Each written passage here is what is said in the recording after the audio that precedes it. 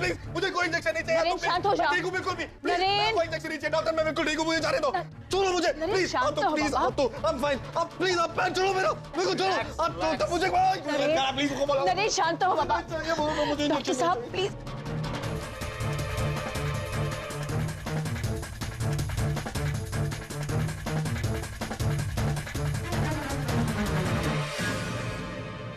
Naren is fine, everything is fine now. अरे दूर हो जाओ मुझसे, आई लव यू। नरेन ज़ाला, मैं तुमसे बात नहीं करूंगा, मैं तुम्हें कभी नहीं देखूंगा। I hate you.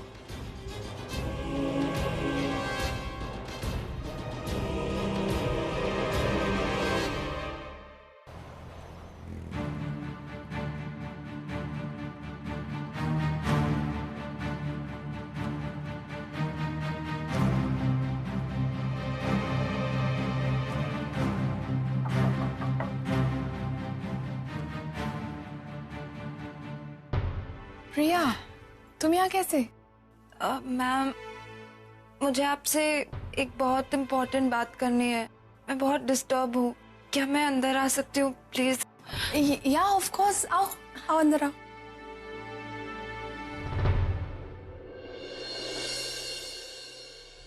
बैठो ना।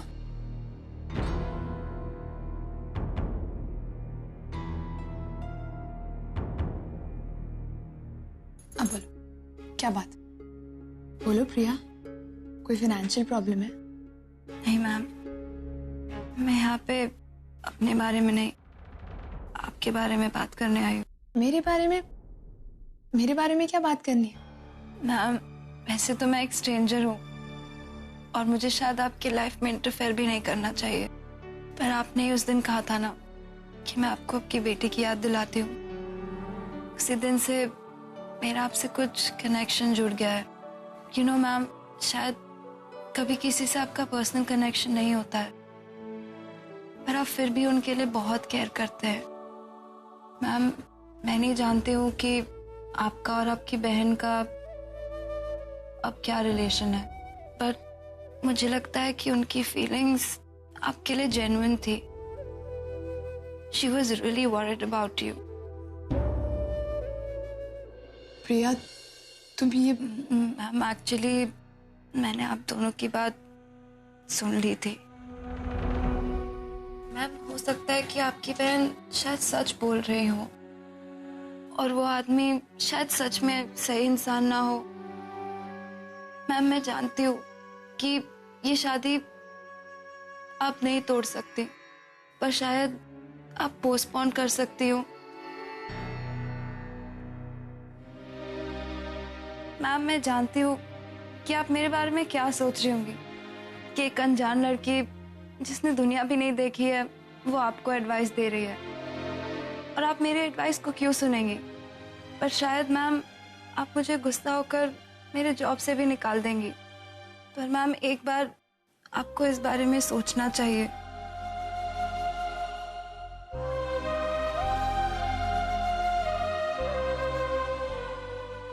Ma'am, I am really sorry. मैं आपको हर्ट नहीं करना चाहती थी।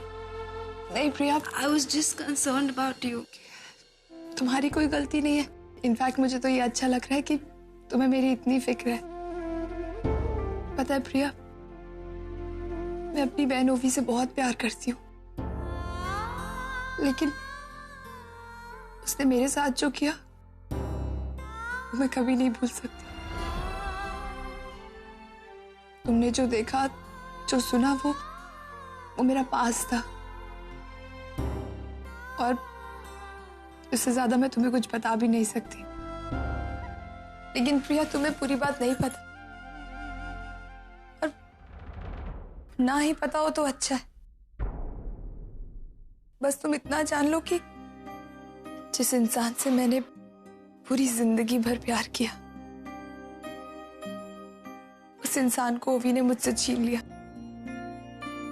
और फिर 20 सालों तक जब मैं उस इंसान से प्यार करती रही, उसका इंतजार करती रही, तो उन 20 सालों के बाद मुझे पता चलता है कि वो अब मुझसे प्यार नहीं करते। खैर, तुम ये सोच रही होंगी कि अगर मैं उनसे प्यार करती हूँ तो मैं ऋषभ कपूर से शादी क्यों कर रही हूँ। दरअसल उसके पीछे भी एक वजह है। मैं मिस्टर कपूर से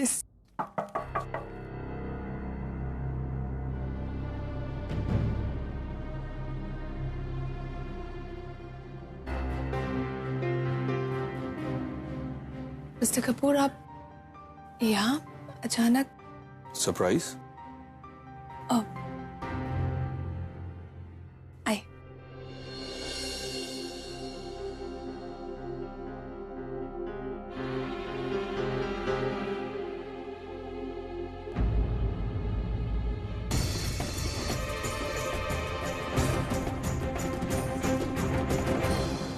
मैंने आपको कहीं देखा है। आज सुबह होटल लॉबी में। Oh yes yes, the donut girl, right? या ये शेफ है, हमारे ऑफिस का कैफेटेरिया संभालती है। Hello, nice to meet you. अच्छा मैम, मैं चलती हूँ, मैं बाद में आऊंगी। अब ठीक है प्रिया, लेकिन घर पहुंच के फोन करती हूँ। हाँ जरूर।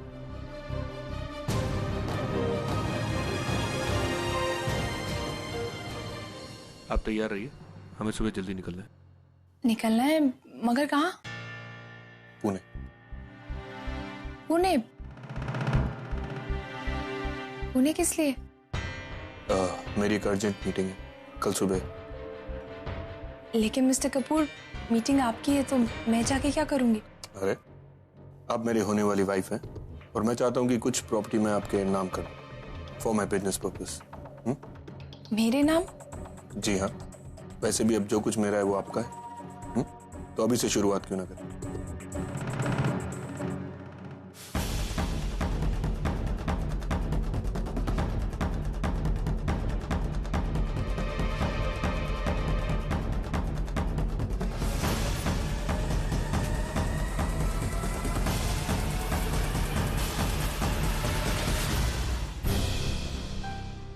मैंने सोचा था मैं ऋषभ कपूर के बारे में अर्जुन को कुछ नहीं बताऊंगी, पर पूर्वी मेरी बात सुनने के लिए तैयार ही नहीं है। अब मुझे अर्जुन को सब कुछ बताना होगा। जब मैं अर्जुन को वो सारी बातें बताऊंगी जो पिया ने मुझसे कही है, आई एम श्योर वो किसी ना किसी तरह पूर्वी को जरूर रोक लेगा।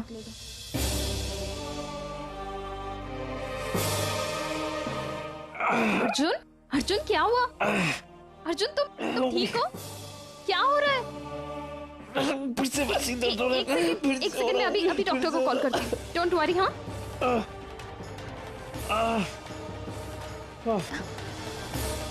हेलो हेलो डॉक्टर, मैं ओवी देशमुख बोल रही हूँ। अर्जुन के सर में फिर से बहुत ज्यादा दर्द हो रहा है। मैं उसे अभी हॉस्पिटल लेके आ रही हूँ।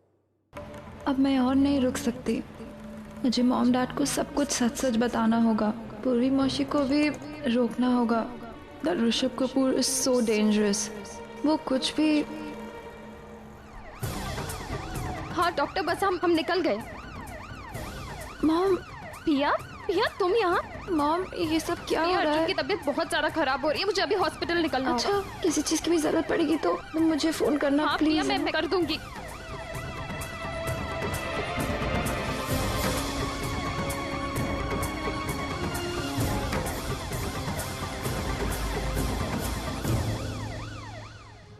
अब मैं क्या करूँ? यहाँ डैड की भी तबीयत ठीक नहीं है, वहाँ पूर्वी मौसी भी प्रॉब्लम में है। ये बात मैं किसी और के साथ शेयर भी नहीं कर सकती। Oh God, I am so stuck. Please help me. मुझे फिर एक बार जाकर पूर्वी मौसी से बात करनी होगी। अभी तो वो ऋषभ कपूर के साथ है। कल सुबह मौसी से मिलकर उनको सब कुछ सच सच बता दूंगी। एडवोकेट सामन। मैम, मैं आप ही के काम में लगा हूँ। एक्चुअली मैंने रौनक की बेल की प्रोसीजर शुरू कर दी है। गुड। रौनक की बेल जल्द से जल्द हो जानी चाहिए, वरना मीडिया खामखा उसका बहुत बड़ा इशू बनाएगी। ओके मैम वो I'll talk to you later. Sure. Thank you. Ma'am Narendra sir कैसे?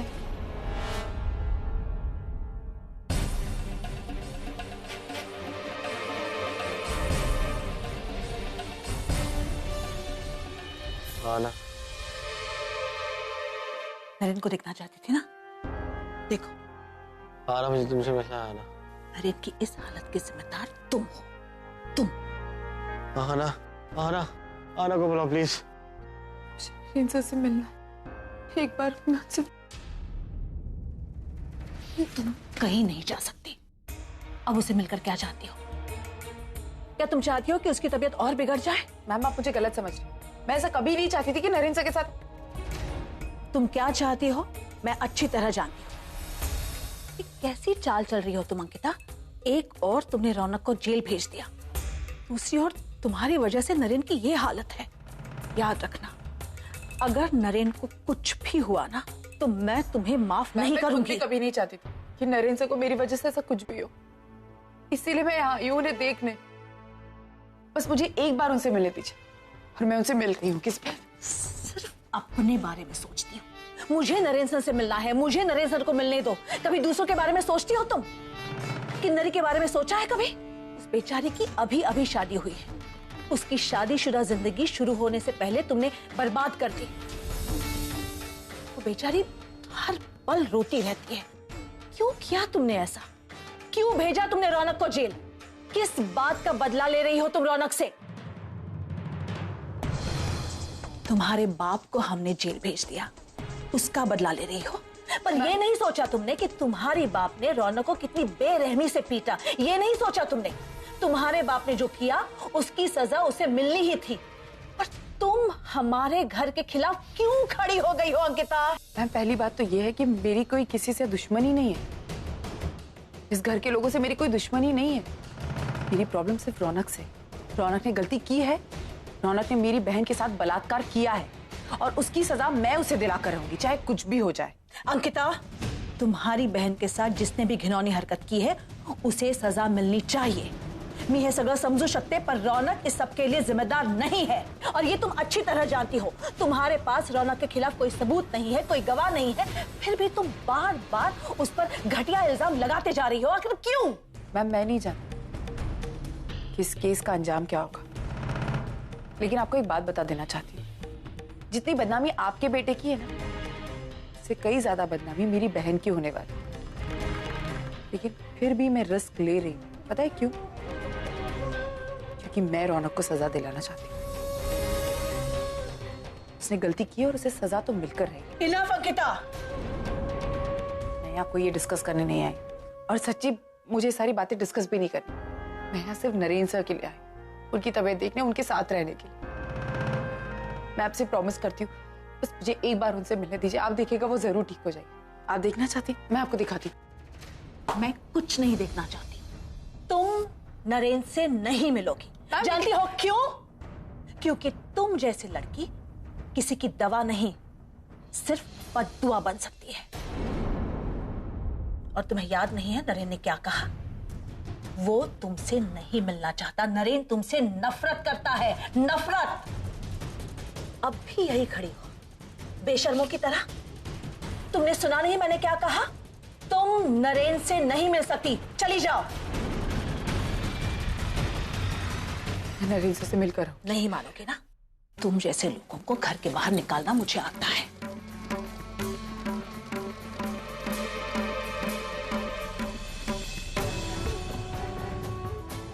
Get lost. आज के बाद इस घर में कदम भी मत रखना। चल नीग, नीग।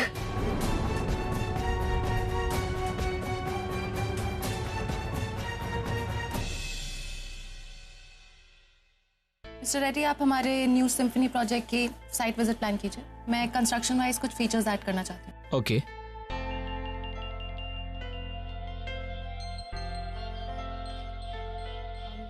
एक अर्जेंट कॉल है, प्लीज एक्सक्यूज मी। श्योर।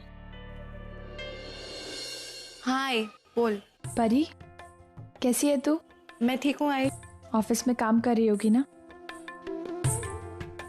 हाँ, मेरी आई यहाँ नहीं है ना, तो सब काम मुझे ही करना पड़ रहा है। अच्छा, बातें तो ऐसे करी जैसे कि अगर मैं वहाँ होती तो तू बड़ा घर में बैठ के आराम करती। सब पता है मुझे, अपनी आई से भी ज्यादा वर्कहॉलिक है तू। आई, सब ठीक तो है? तू थोड़ी अपसेट साउंड कर रही है। हाँ बेटा, सब ठीक है। और ठीक क्यों नहीं होगा? कुछ ही दिनों में शादी है।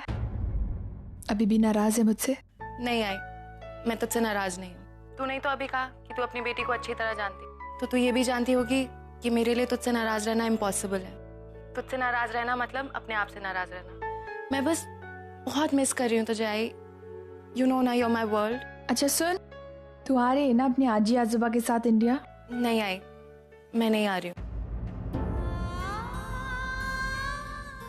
अच्छा परी, मैं रखती हूँ, हाँ मुझे कहीं जाना है। इस वक्त आई? अभी तो काफी रात हो गई है ना इंडिया में। हाँ लेकिन काम थोड़ा जरूरी है। ठीक है, bye. Bye I, I love you. Rishabh से शादी करके बहुत बड़ा रिस्क उठा रही हूँ। वो आदमी अच्छा नहीं है। मुझसे शादी करने के पीछे उसके कुछ और ही प्लान्स हैं। अब देख रहे हैं हम करमरकर रेसिडेंस के बाहर खड़े हैं। मुंबई शहर के जाने माने करमरकर फैमिली आज पूरी तरह विवाद के घेरे में फंसे हुए हैं। खानदान की ही बहू मिस अंकिता ने अपने ही देवर मिस्टर रौनक पर रेप केस दाखिल किया है। मिस अंकिता के अनुसार रौनक ने उनकी बहन का बलात्कार किया है। अब इस इल्जाम में कितनी सच्चाई है ये तो कोर्ट ही तय करेगा, लेकिन इस इल्जाम के कारण करमरकर फैमिली का रेप्यूटेशन, उनका बिजनेस सब स्टेक पर ही लगा हुआ है। कंपनी के शेयर्स भी बुरी तरह से गिर गए हैं। अंकिता जी, क्या आपको ऐसा लगता है कि इस वाकयात की वजह से अमीर और सो कॉल्ड सोफिस्टिकेटेड घरानों का घिनौना चेहरा सामने आया है? मिस अंकिता, आप केस दर्ज करने के बाद और रौनक की गिरफ्तारी के बाद आपको कैसा फील हो रहा है? अंकिता जी, आपका अगला मूव क्या है? क्या आपके पति भी आपके साथ हैं इस लड़ाई में, या फिर वो अपने भाई के कुकर्मों पर पर्दा डाल रहे हैं? अपने आपकी बहन के न्याय के लिए अपनी ही गृहस्थी दांव पर लगाई है। अपने आपकी फैमिली की बदनामी की कोई चिंता न करते हुए ये कदम उठाया है। अंकिता जी, आपने जो इल्जाम लगाया, क्या उसे साबित करने के लिए आपके पास कोई सबूत है? जवाब दीजिए अंकिता जी, आप बताइए। मैडम जी, आप यहाँ से नहीं, पीछे गिर जाइए, मैं इनको संभालता हूँ। चलिए चलिए चलिए अंकिता जी।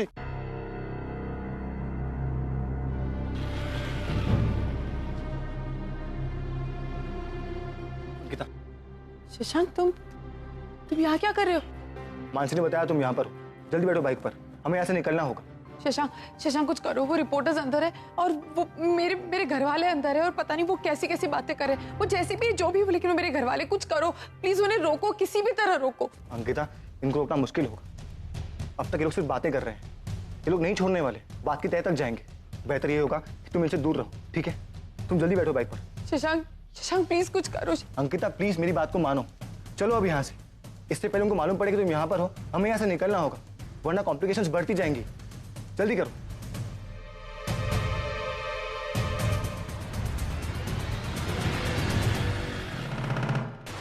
आना। देखो ये ऐसी लड़की के साथ तुम ऐसी लड़की से प्यार करते हो? इस लड़की पर तुम्हें भरोसा है? वो तुम्हारे लायक नहीं है नरेंद्र। तुम क्यों नहीं सुनते हमारी बात? वो उसके मन में जो आता है वो करती है। तुमने उसे कहा था ना कि वो रौनक के खिलाफ कंप्लेंट ना दर्ज करे, फिर भी वो पुलिस के पास गई।